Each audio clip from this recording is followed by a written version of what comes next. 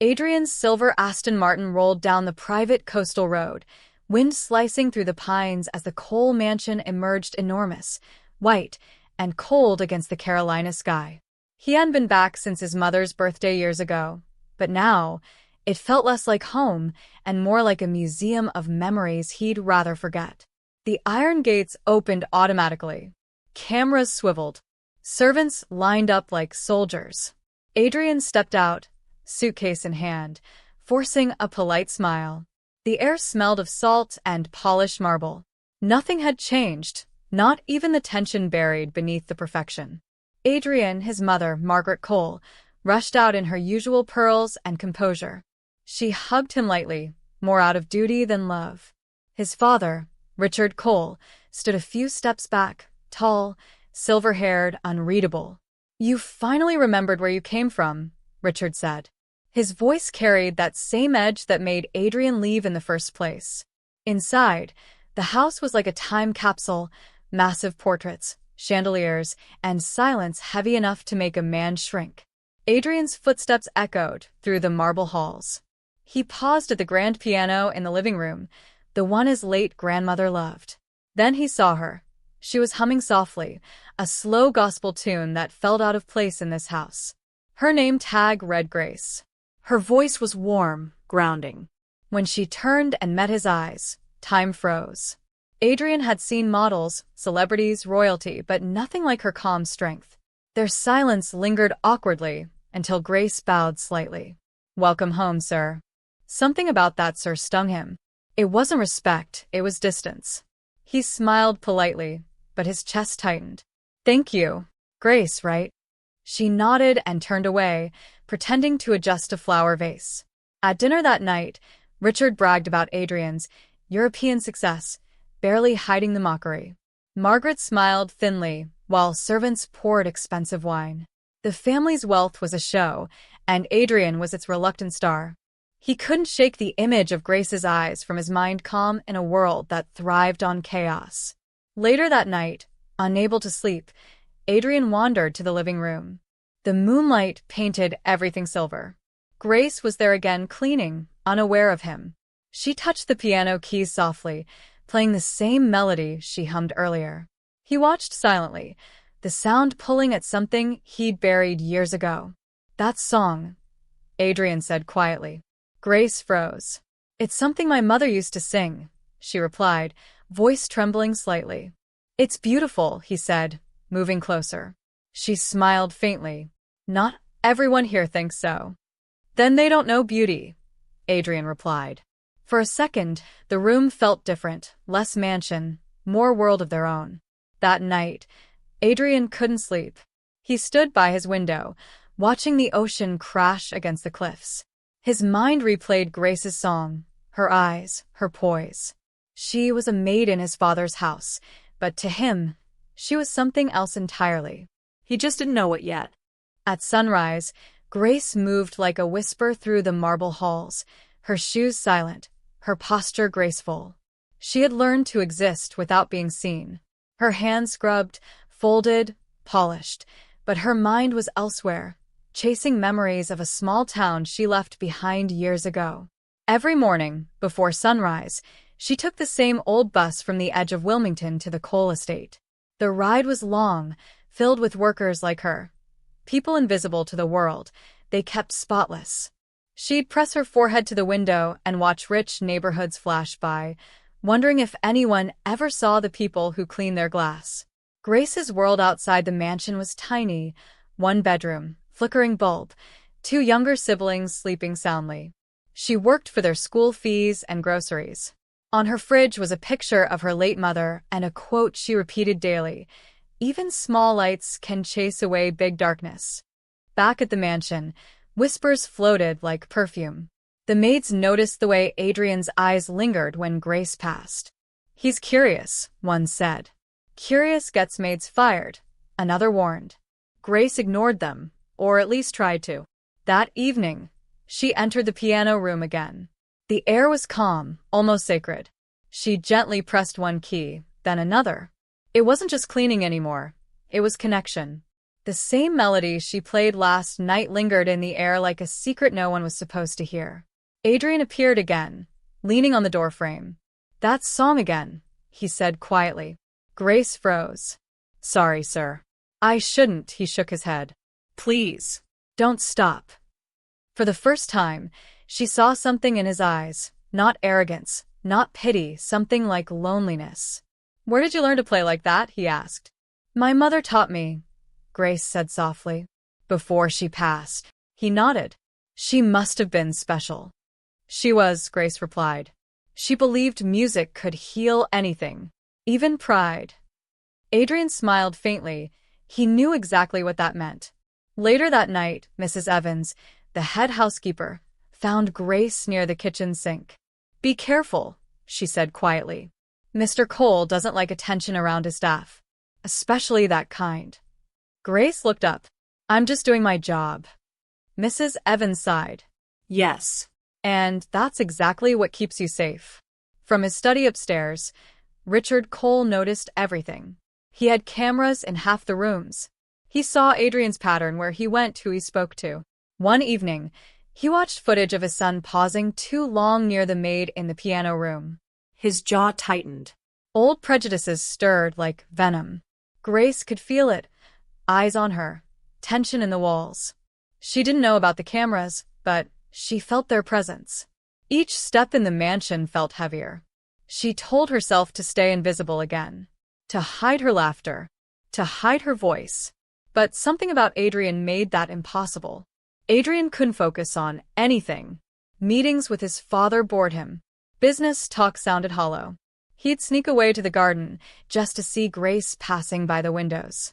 He didn't know if it was fascination or rebellion, but he couldn't stop thinking about her.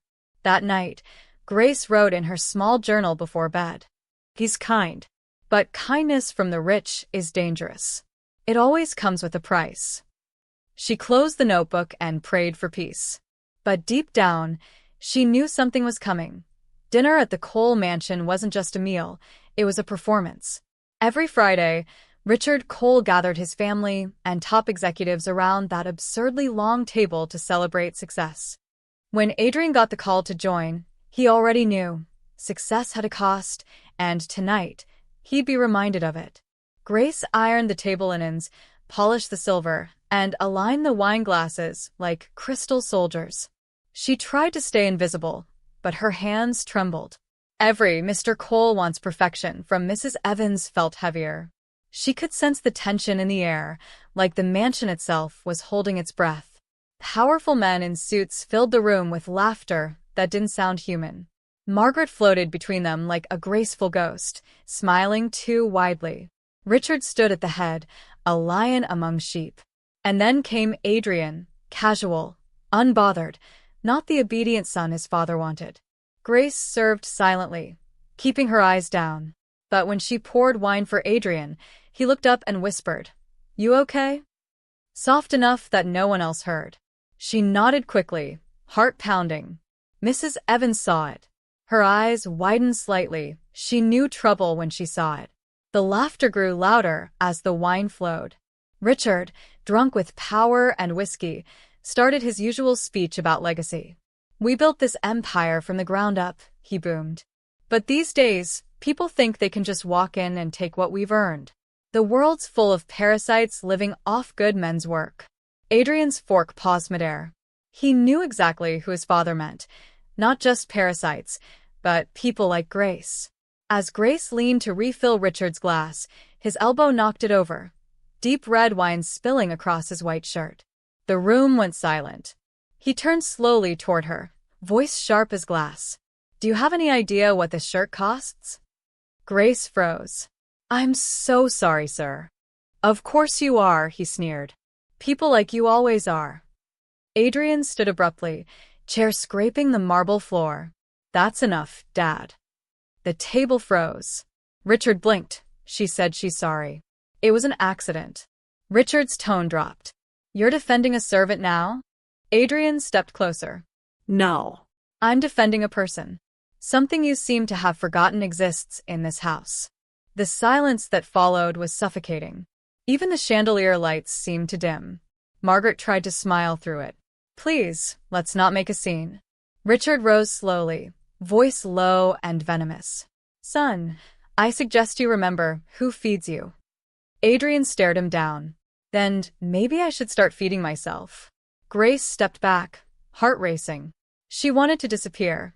Her presence had caused this, and she knew it. Mrs. Evans grabbed her arm gently. Go to the kitchen, she whispered. Grace obeyed, had bowed, tears welling as she slipped away unseen. Dinner ended in silence. Adrian left without a word, the slam of his door echoing through the hall. Richard poured another drink, muttering about respect and weakness. Upstairs, Adrian sat alone, staring at his reflection.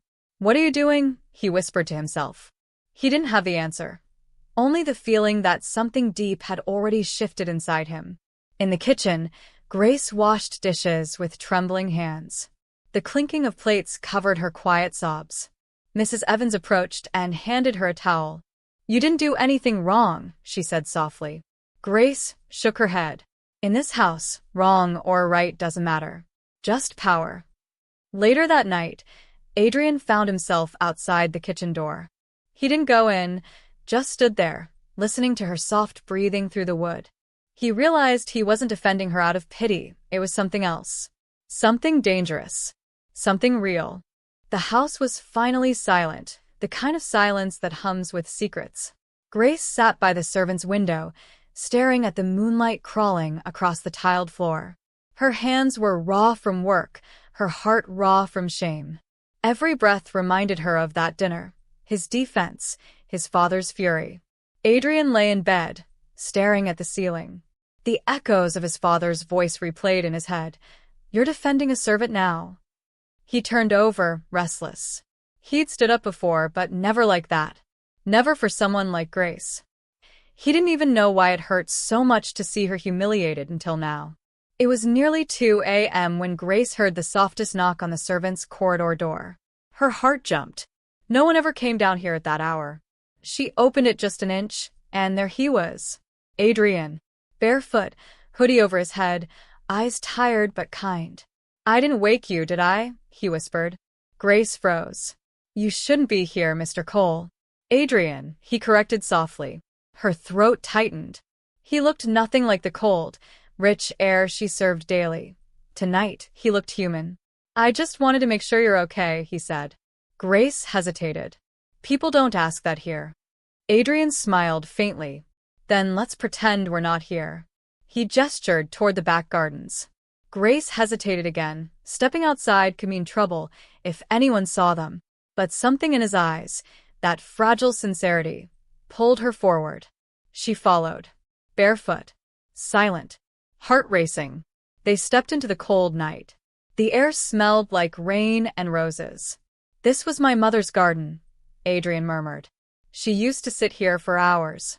My father said flowers were a waste of time. Grace knelt and touched a dying rose. She must have been kind, she whispered. She was.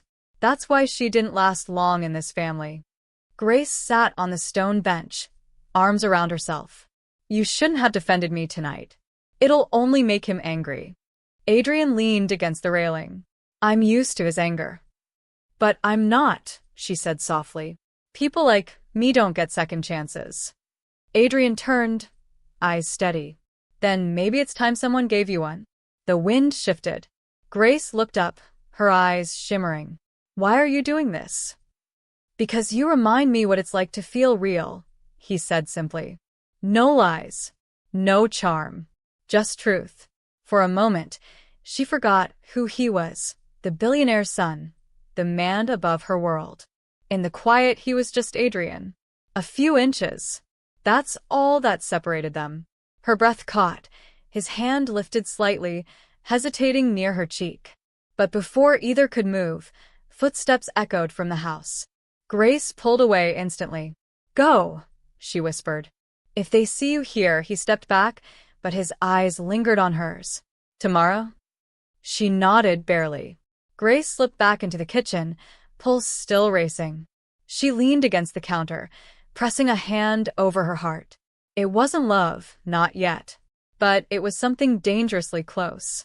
Something she hadn't felt in years: hope.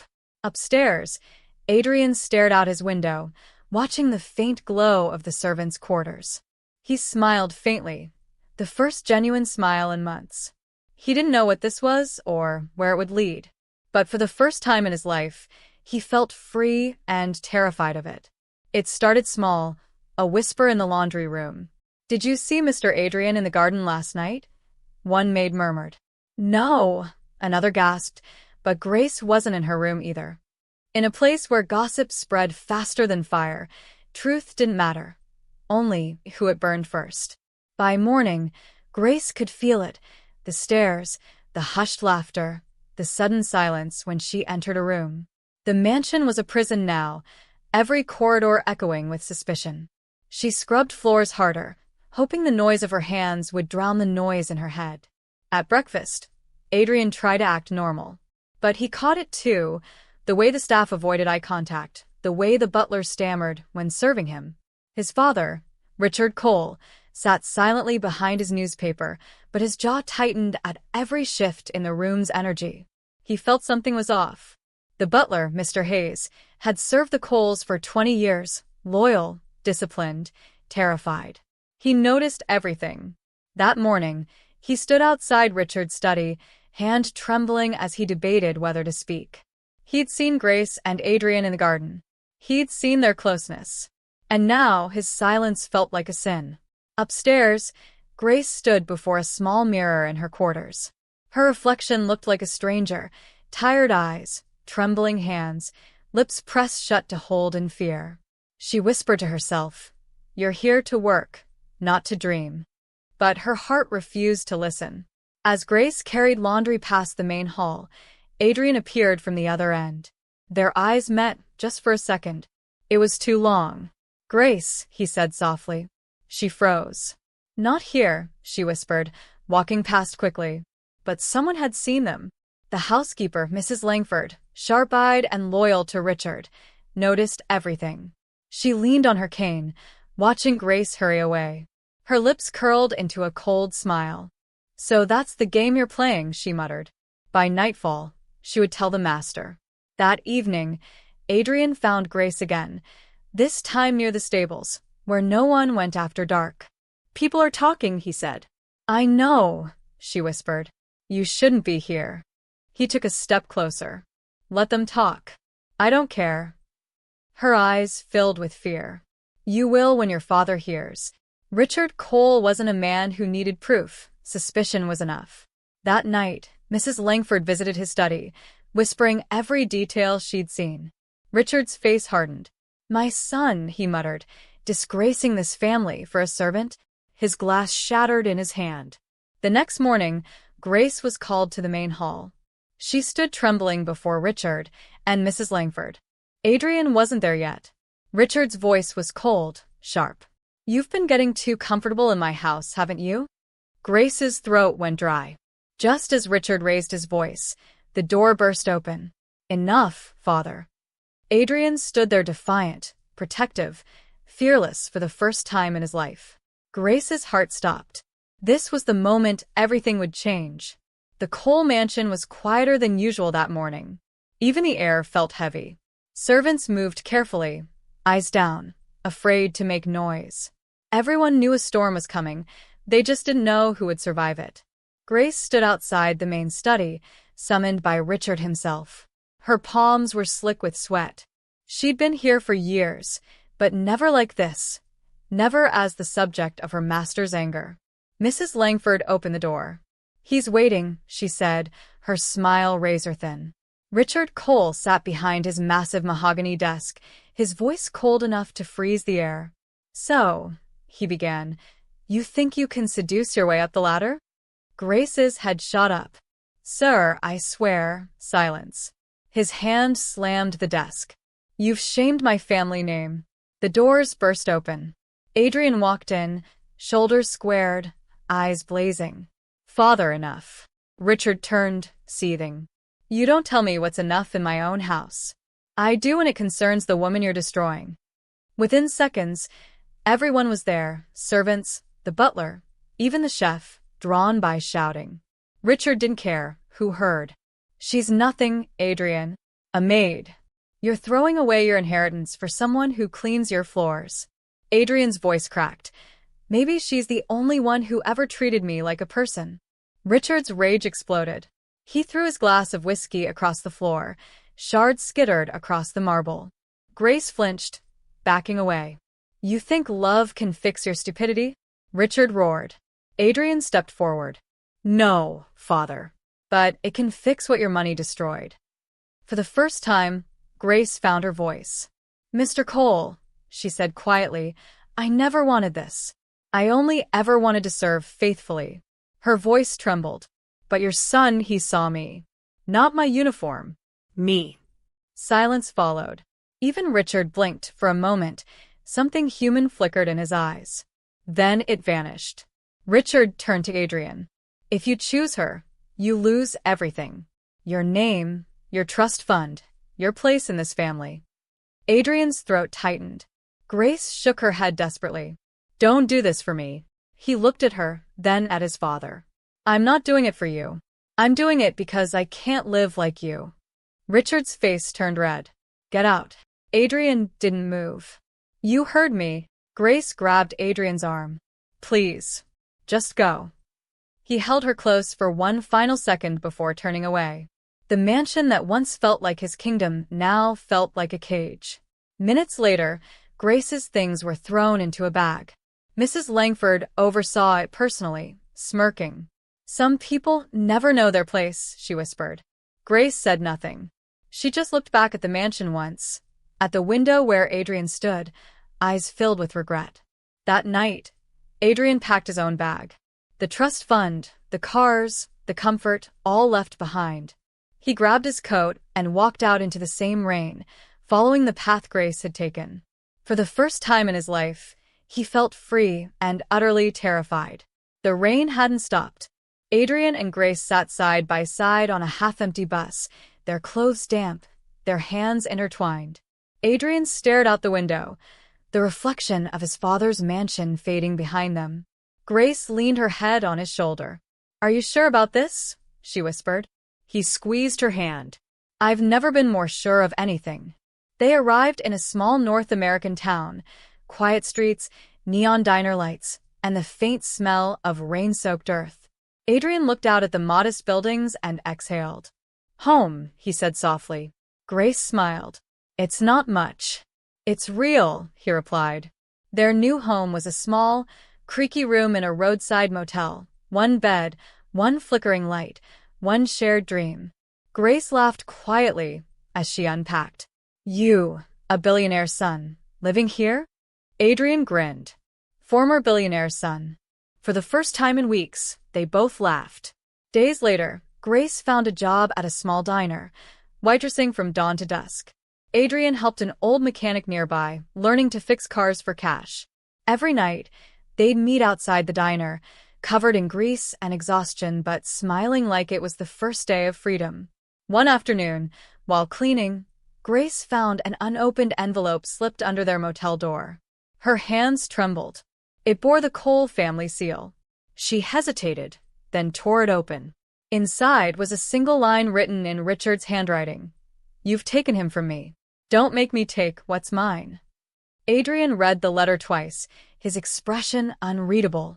Let him come, he said finally, voice low. Grace shook her head. You don't understand. He won't stop. Adrian's jaw tightened. Then neither will I. For the first time, she saw the same fire in him that his father once carried, but his burned for love, not pride. That night, as rain tapped the motel window, Grace rested her hand on her stomach. She hadn't told him yet. Not about the missed days. Not about the quiet flutter she'd started to feel. She looked at Adrian sleeping beside her peaceful, unaware. And she whispered, You're going to be a father. Morning came with sunlight and the smell of diner coffee. Adrian sat by the window, sketching ideas for a small garage he dreamed of opening. Grace watched him, smiling. You still think big, don't you? He looked up. We'll build something. Maybe small, maybe slow, but ours. The town was kind, mostly. But whispers found them here too. Some locals called Grace the runaway maid. Others called Adrian the rich boy playing poor. They ignored it at first, until one afternoon when a stranger in a black car parked near the diner, watching. That night, the phone in their motel room rang once, then again. Adrian answered. Silence. Then a voice he hadn't heard in weeks whispered, "You've got one chance to come home." The line went dead. Grace stood before the small bathroom mirror, pressing her blouse against her stomach. The swell was faint, but unmistakable. She sighed, pulling on her apron. She couldn't tell him. Not yet. He had enough to worry about. The money, the threats, the future. But secrets, she knew, had a way of spilling out when least expected. Adrian sat outside the motel, sketchbook in hand, eyes distant. He drew plans for a small auto garage Kohl's Fix-It he'd written on the page. Grace approached and sat beside him. "You never stop dreaming," she teased softly. He smiled. "If I stop, I'll remember what I lost." The look in his eyes told her he wasn't just talking about money. Later that day, as Grace finished her shift, a tall man in a dark coat entered the diner. His accent was clipped. "Grace Turner?" She froze. "Who's asking?" He slid a business card across the counter. Kohl Industries Legal Affairs. Her throat went dry. "Tell Richard I'm not coming back." The man smiled coldly. "Oh, Mrs. Kohl, he's not asking." Grace ran home through the pouring rain, heart pounding. Adrian saw her burst into the room, soaked and trembling. "What happened?" "They found us, Adrian. Your father, he sent someone." Adrian's hands clenched into fists. "We'll leave tonight." But Grace's body suddenly tensed. A sharp pain gripped her stomach. She gasped. Adrian caught her as she crumpled. "Grace, what's wrong?" Hours later, the fluorescent lights of a small hospital flickered above them. A nurse approached Adrian, her face gentle. "She's stable, but she needs rest." "And Mr. Kohl?" Adrian's breath caught. "Yes. She's 3 months pregnant." The world stopped. His lips parted, but no sound came out.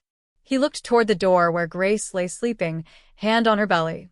When Grace woke, her first words were whispered. "Is the baby okay?"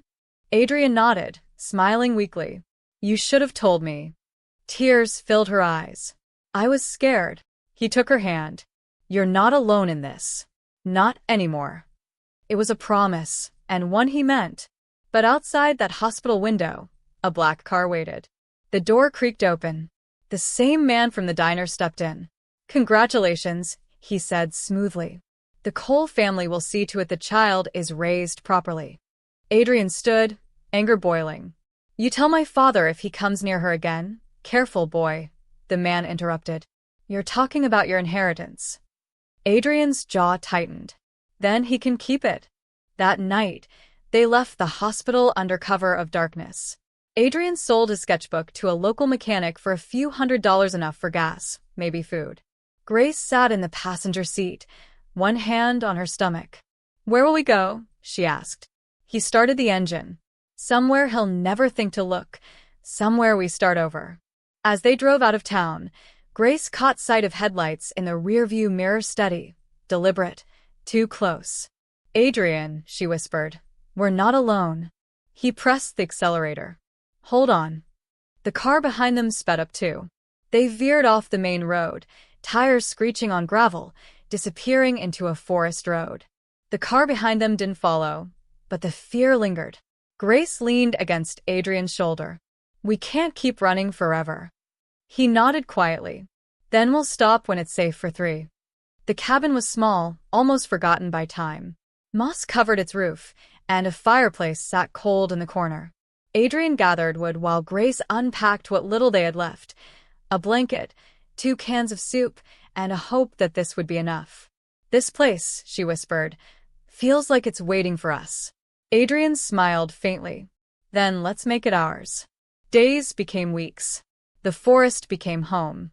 Adrian fixed leaks, built shelves, and even repaired an old radio. Grace's belly grew, and so did their laughter. One night, as they ate by candlelight, she said softly, "I've never felt this free." He reached across the table, touching her hand.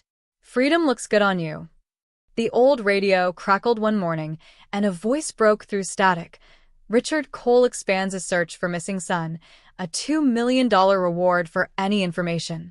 Grace froze. He's offering money now? Adrian turned off the radio, jaw tight. He's desperate. And desperate men do dangerous things. Adrian drove to a nearby town for supplies. The clerk at the small grocery store looked up as he entered, recognition flickering in his eyes. You're that Cole boy, aren't you?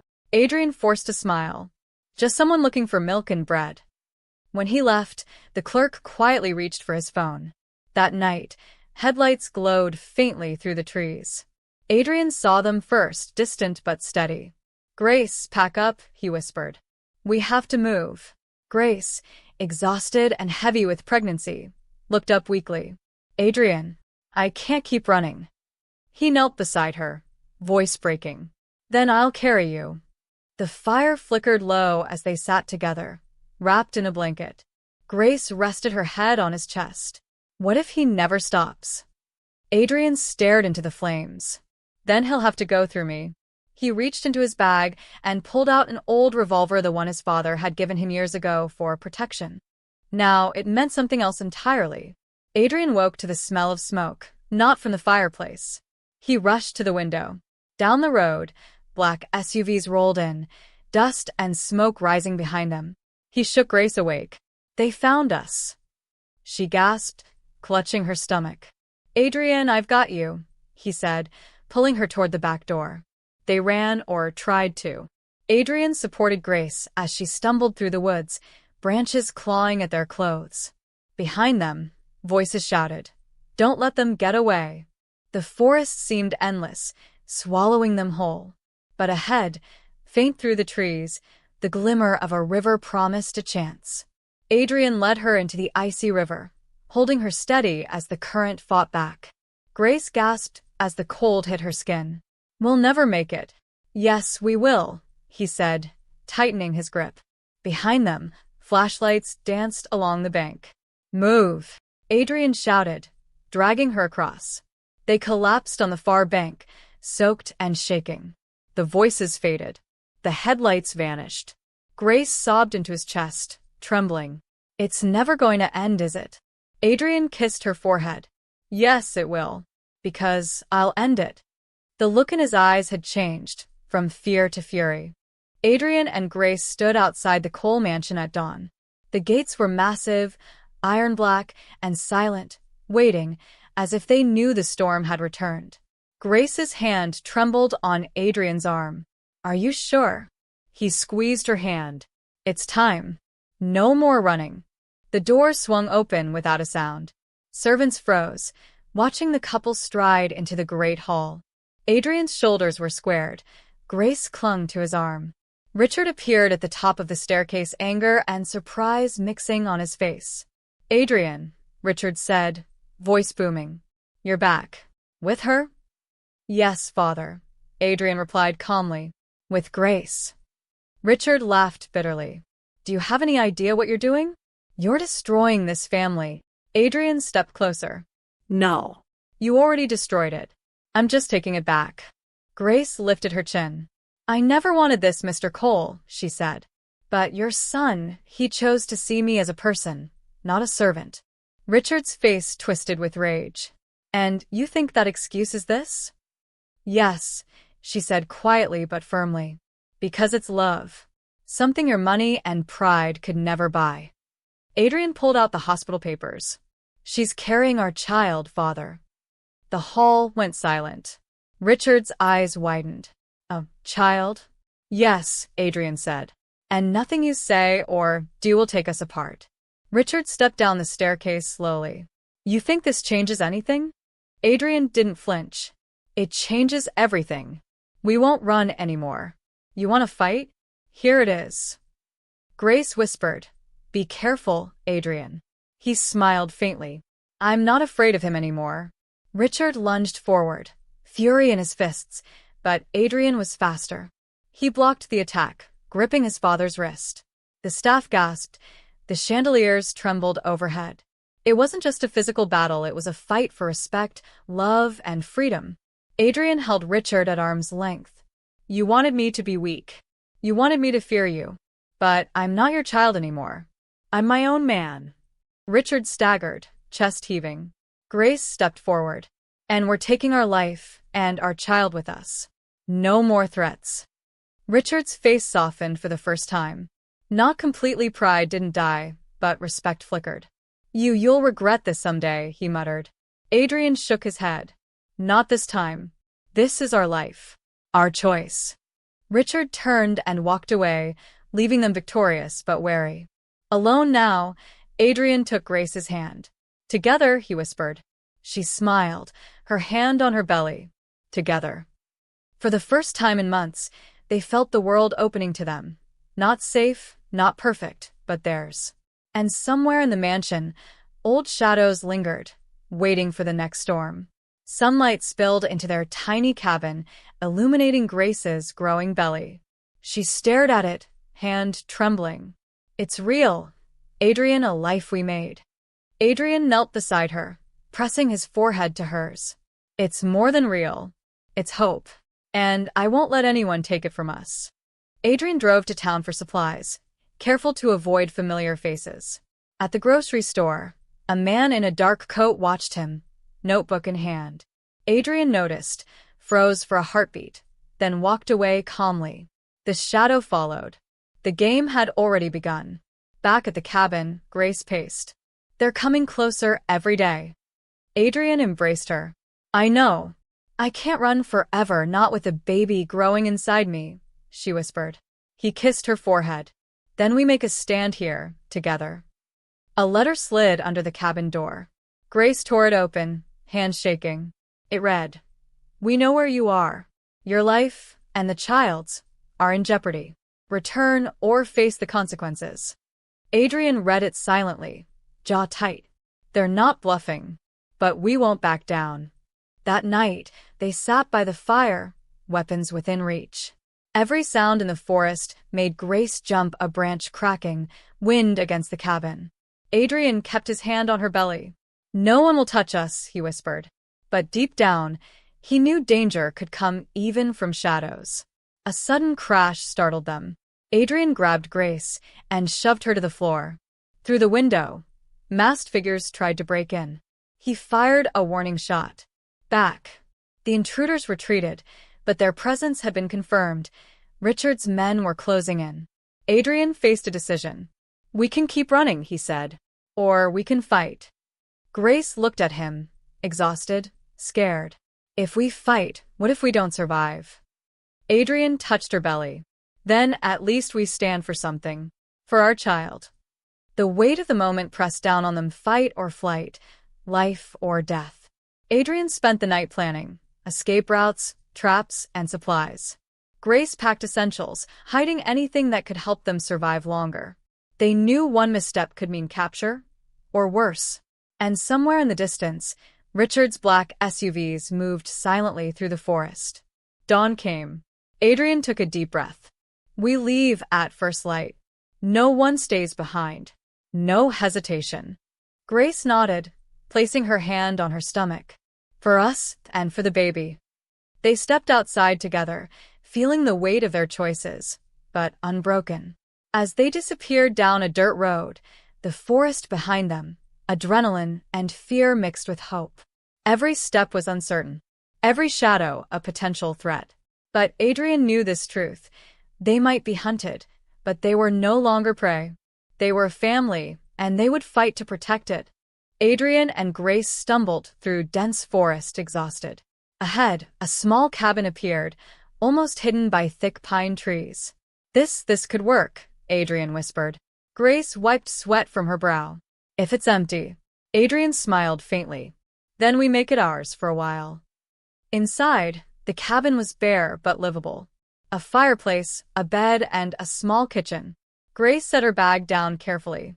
We'll have to make this a home, even if just for a little while. Adrian nodded, checking the windows and doors. Security first. Comfort second. It was a fragile safety, one they both knew could vanish in an instant. As they unpacked, Grace revealed something new. I felt the baby kick last night, she said softly.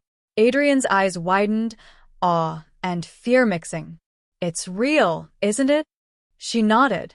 Every day. I feel it growing. And I worry, what if something happens? Adrian pulled her close. Nothing will. I promise. That night, there was a soft knock at the door. Adrian jumped, hand on the revolver. Who's there? A tall woman stepped inside, hands raised. I'm an ally. You don't know me, but I know Richard's plans. Grace glanced at Adrian, unsure. Can we trust her? Adrian studied the woman carefully. We don't have a choice. The woman introduced herself as Elena, a former Cole employee disillusioned with Richard. I've been tracking your father's movements, she said. He's not happy with you being alive, and he's escalating. Adrian frowned. You're saying he'll come here? Elena nodded. Soon. You need more than hiding. The cabin turned into a war room. Maps, forest routes, and supplies were spread across the table. Adrian and Elena planned traps, escape routes, and emergency signals. Grace packed essentials for the baby, her hands shaking. This isn't a vacation, Adrian said quietly. It's survival. Night fell, and every sound made Grace flinch. Owls, rustling leaves, distant engines. Adrian kept watch outside, revolver in hand. She whispered, I can't stop imagining them finding us. He kissed her temple. Then imagine us winning instead. A distant engine rumbled through the forest. Adrian's heart raced. He fired a single warning shot into the air. Moments later, silence. But the message was clear. Richard's men were near. Grace clutched her belly. We're running again, aren't we? Adrian nodded. We'll find a safer place, one they won't think to look. The next morning brought a fragile calm. Sunlight streamed through the cabin windows, illuminating tired but resolute faces. They had survived another night. Another threat avoided. Grace held Adrian's hand. Do you think there's ever a day we can just live? Adrian kissed her hand. One day. We'll get there. Before nightfall, Adrian whispered to Grace, no matter what comes, we protect each other and our child. She rested her head on his shoulder. Together. The cabin may have been small, hidden, and temporary, but it was theirs, a sanctuary in the storm. And somewhere in the forest, Richard's shadow lurked, waiting for the right moment. The morning was quiet, almost too quiet. Adrian noticed small things, supplies missing, maps slightly moved, a faint footprint in the dirt outside. Grace watched him, worried. Do you think someone is here? Adrian's jaw tightened. Yes. And it's not Richard this time. Elena had been acting strangely, avoiding eye contact, whispering on her phone, sometimes disappearing for hours. Adrian confronted her gently. Elena, what aren't you telling me? She froze, then smiled faintly. I'm just being careful. For you. For the baby. Adrian didn't believe her. Trust was fragile now. That night, the forest erupted with noise engines, shouts, flashlights cutting through the dark. Adrian grabbed Grace and Elena. Move. Now. They sprinted through the woods, branches clawing at them. Grace stumbled, and Adrian caught her, anger and fear in his eyes. They ducked into a ravine, trying to catch their breath. Adrian looked around and realized someone had left a tripwire in the path they had just crossed. This wasn't random, he whispered. Someone wants to hurt us, and they know the forest too well. Later, when they reached a small clearing, Elena pulled Adrian aside. I didn't want it to come to this, she confessed. But I'm under orders. Richard knows where you are. Adrian's face went pale. You? You brought him here? Tears filled her eyes. I tried to protect you, but they threatened my family. Adrian turned to Grace, jaw clenched. We've been betrayed. By someone we trusted. Grace placed her hand on his shoulder. Then we fight smarter, not harder. Adrian nodded. We need to disappear completely. No one can know where we go next. The betrayal fueled their determination. They abandoned the cabin, leaving no trace behind. Adrian carried only essentials, Grace's hand on her belly, and Elena now reluctantly guiding them toward a hidden safe house far away. This time they had to rely on cunning, not courage. Survival depended on outsmarting every move Richard could make. They reached another river. Wider, faster. Adrian helped Grace across, holding her steady while Elena guided them from behind. Every splash of water felt like a countdown. If Richard's men found them here, it could be the end.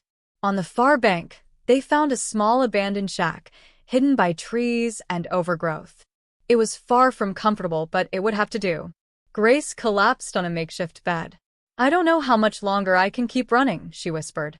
Adrian sat beside her, gripping her hand. "We will. And we'll survive, for us and for the baby." That night, under the weak glow of a lantern, Adrian and Grace made a vow. "No matter what happens," Adrian said quietly, "we protect each other and our child, even if the world is against us." Grace rested her head on his chest. Together. Betrayal had shaken them, but it also made their bond unbreakable. Richard slammed his fist on the mahogany desk of his mansion office. "Find them. Every lead, every shadow. Bring them to me," he roared. His advisors froze. "Sir, the child? And the pregnancy?"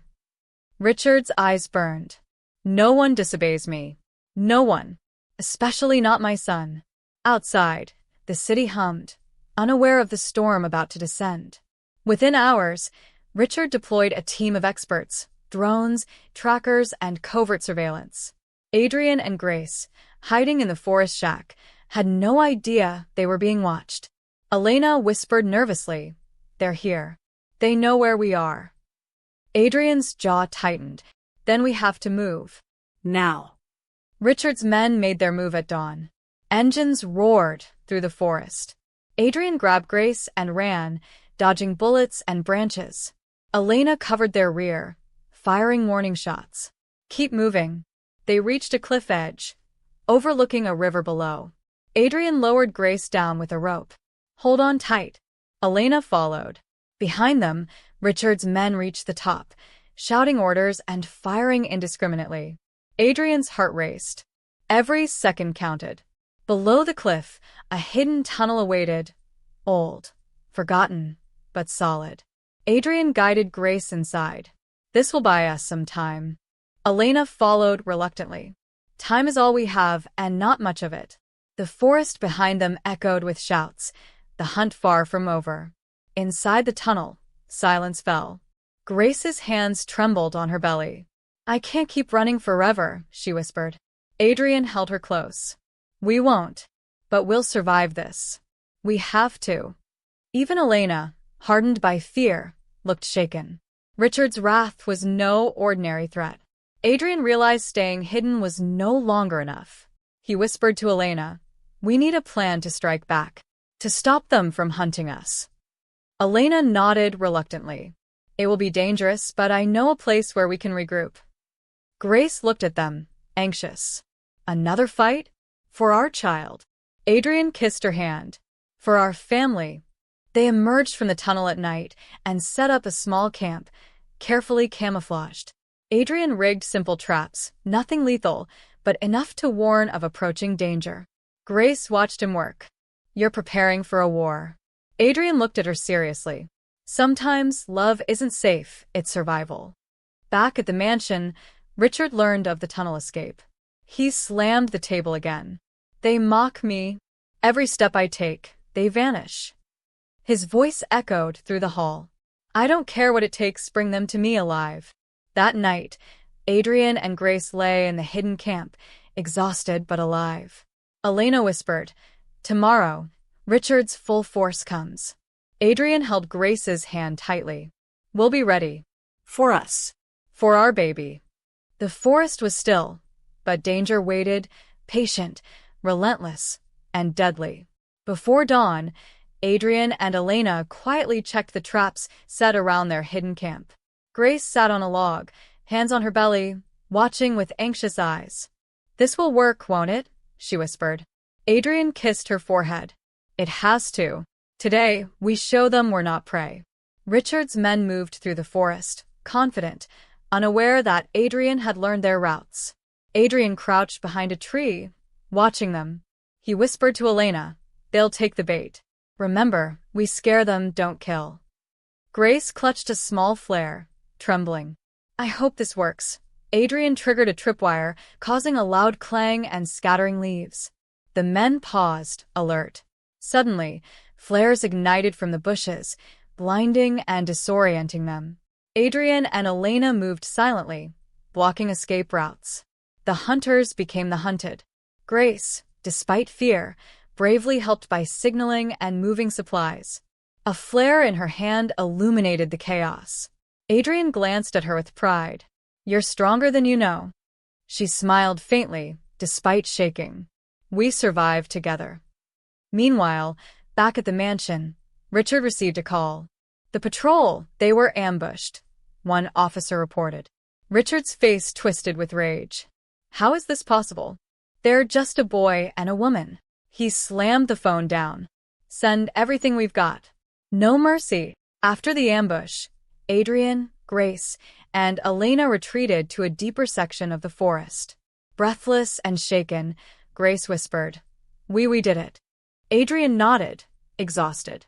It's only the beginning. They'll come back stronger.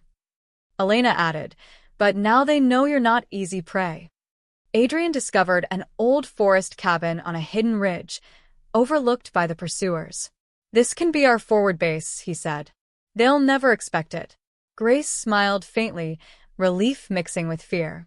A safe spot, maybe for the first time in weeks.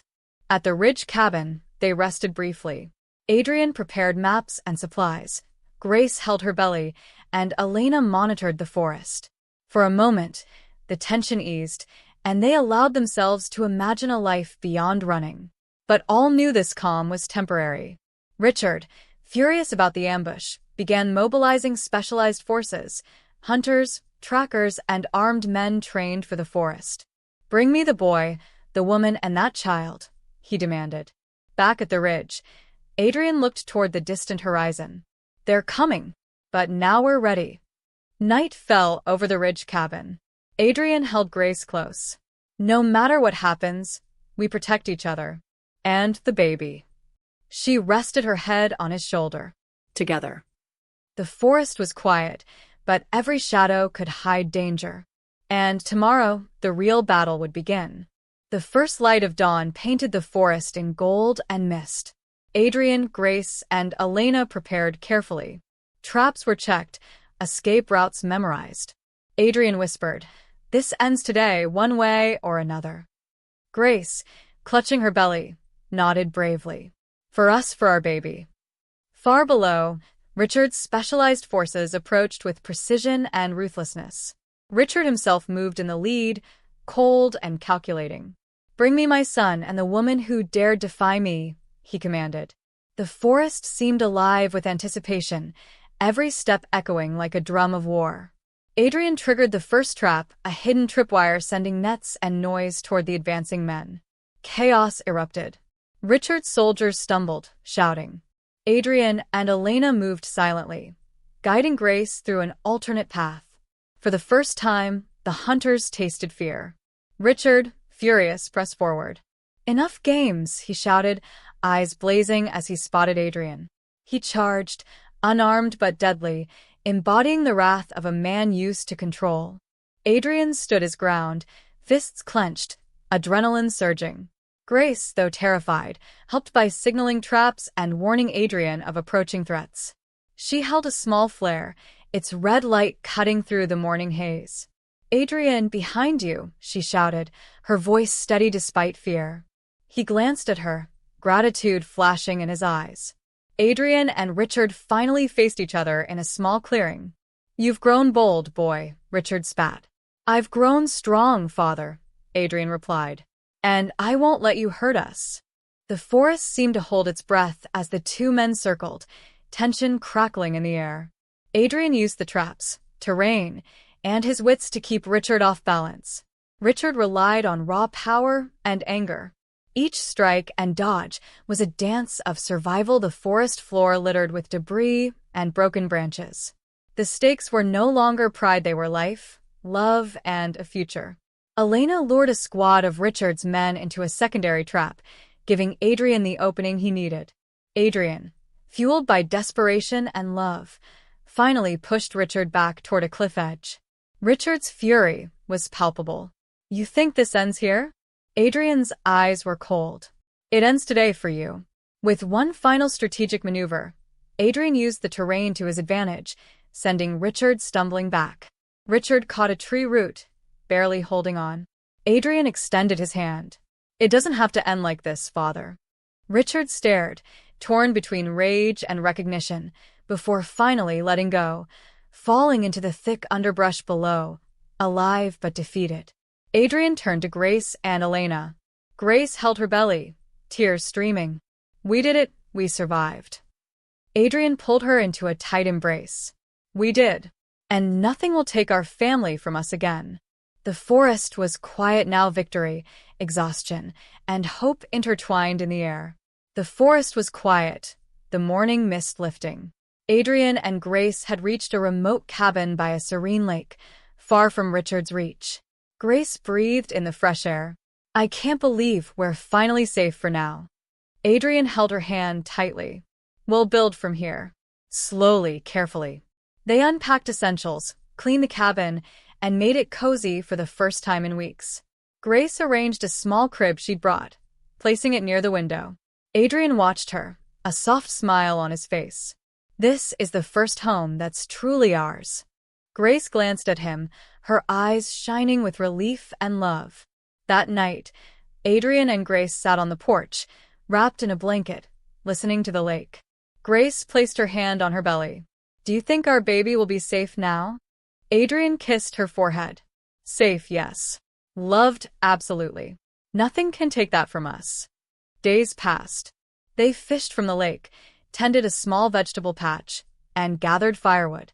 Elena helped discreetly, teaching Grace how to handle small tasks without overexertion. Each day was slow, deliberate, but every routine reminded them they were alive and free. Despite safety, Adrian couldn't shake worry. "Richard isn't gone. He's smart, patient, and ruthless," he said one evening. Grace nodded. "Then we prepare, but we also live. We can't let fear run our lives." Adrian smiled faintly. "Together. Always." Grace spent afternoons preparing for the baby, sewing blankets, and arranging supplies. Adrian watched, helping quietly, realizing the future they had fought for was tangible now. "I never imagined I'd be this happy," he admitted softly. Grace looked at him with a gentle smile. "We earned it through everything." Elena taught them survival skills for emergencies, traps, signals, and quick escapes if needed. Grace listened carefully, understanding that the world outside might still demand caution. Adrian appreciated Elena's presence more than ever, realizing she had saved them countless times. One morning, Grace laughed genuinely for the first time in months. Adrian joined her, skipping stones across the lake. The simple pleasures, sunlight, laughter, and the promise of life reminded them why they had survived. "This is why it was worth everything," Adrian said softly. Even in peace, they remained vigilant. A lone crow perched on a distant tree branch reminded Adrian that danger could come unexpectedly. "Always watch, always be ready," he whispered. Grace nodded, hand on her belly, understanding that the past might visit again. As night fell over the lake, Adrian and Grace sat hand in hand, looking at the stars. "This is our beginning," Adrian said. Grace rested her head on his shoulder. "No matter what comes, we'll face it together, and our child will know love and courage." The forest was calm, the lake serene, and for the first time, the future felt theirs. The sun rose gently over the lake, painting golden light across the forest. Adrian and Grace stood outside the cabin, holding hands, breathing in freedom. "It's quiet finally," Grace whispered. Adrian smiled. "And it's ours. All of it." Inside the cabin, Grace arranged baby clothes and essentials. Adrian double-checked survival supplies and traps, ensuring future safety. Elena watched quietly. "You've come a long way," she said softly. Adrian nodded. "We have. And now it's time to build, not just survive." Sitting by the lake, Adrian reflected. "Richard, he taught me something," he said quietly. Grace looked at him. "What?" That courage isn't just facing danger, it's protecting the people you love, no matter the cost. Grace smiled, resting her head on his shoulder. Elena joined them, handing Grace a small bundle of wildflowers. Even in the darkest times, beauty survives, she said. Grace held them close. Just like us. Adrian put his arm around both women. Together, nothing can break this family. Weeks passed, and Grace's belly grew. Adrian attended every doctor visit, every preparation. They painted the nursery together, laughed while assembling the crib, and whispered promises to the child they hadn't even met yet. This baby will know love, courage, and safety, Adrian vowed. Though Richard had been defeated, Adrian remained vigilant. They maintained emergency plans, practiced signals, and watched the forest's edges. Peace is precious, Adrian said, but vigilance keeps it alive. Grace nodded, placing her hand on her belly. We'll be ready, together. One afternoon, a messenger arrived with news. Richard's empire was in disarray, no longer a threat. Adrian exhaled, relief flooding him. Grace hugged him tightly. Finally, freedom. Elena smiled. You've earned it. The past can't touch you now. The trio spent their days enjoying a simple life, fishing, gardening, and storytelling. Grace told their child stories before birth, about courage, love, and survival. Adrian taught wilderness skills, ensuring their child would grow strong and wise. Elena became like family, a guardian and friend, cementing a new legacy. The day finally came. Grace gave birth to a healthy baby girl, tears of joy and exhaustion mixed. Adrian held the baby gently. Welcome to the world, safe, loved, and free. Grace smiled, exhausted but radiant. We did it. We made it. Elena watched proudly, knowing the legacy of courage would continue through this child. As night fell, Adrian, Grace, and Elena sat by the lake, holding the baby together. Stars reflected on the water, serene and eternal. Adrian whispered, "No storm, no enemy, no fear can undo what we've built." Grace rested her head on Adrian's shoulder. Our family, our courage, our legacy.